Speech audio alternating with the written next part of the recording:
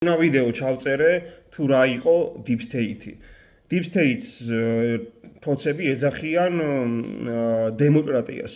ანუ შემთხვევას, როცა ერთი კაცი არ მართავს ქვეყანას და არის კოლექტიური მართლობა, ანუ მართლობის სხვადასხვა როლია, ანუ სასამართლო ცალკე, მედია ცალკე, კონგრესი ცალკე, სენატი ცალკე, პრეზიდენტი ცალკე, პროკურორი ცალკე, პოლიცია ცალკე, შსს ცალკე და ასე სხვადასხვა, ანუ დაზვერვა სამხედროით და ასე ბევრი სხვადასხვა როლების ურთიერთკავშირით და ყველა თავის საქმის კეთებით იქნება კოლექტიური გონი, ანუ კოლექტიური ინტელექტი და ეს კოლექტიური სოციუმის მართველი ანუ რა არის კოლექტიური გონიერება ეგ მართავს რეალურად ქვეყანას რა და არ არის ერთპიროვნული მართლობა.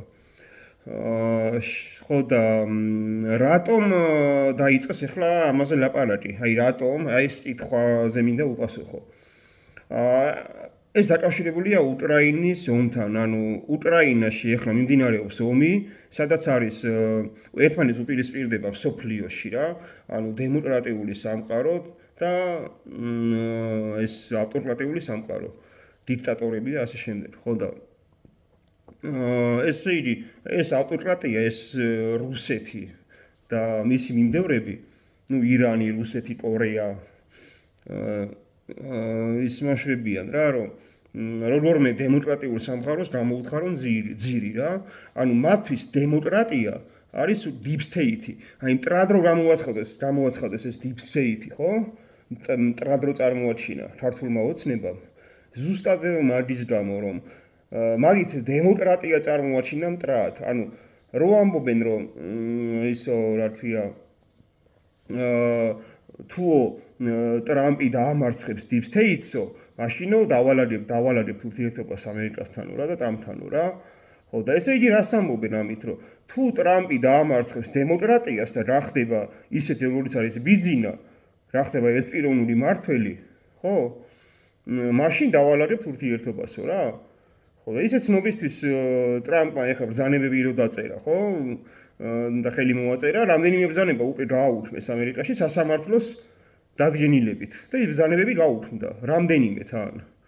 ეს რატო? იმიტომ რომ ტრამპი არ არის ერთპიროვნული მართველი. და აი პროცესების აზრით თუ ტრამპი დაამარცხებს დემოკრატიას ამ deep states და რა ხდება ისის დიქტატორი და ავტოკრატი, აი მაშინ დაალაგებენ ურთიერთობას რა.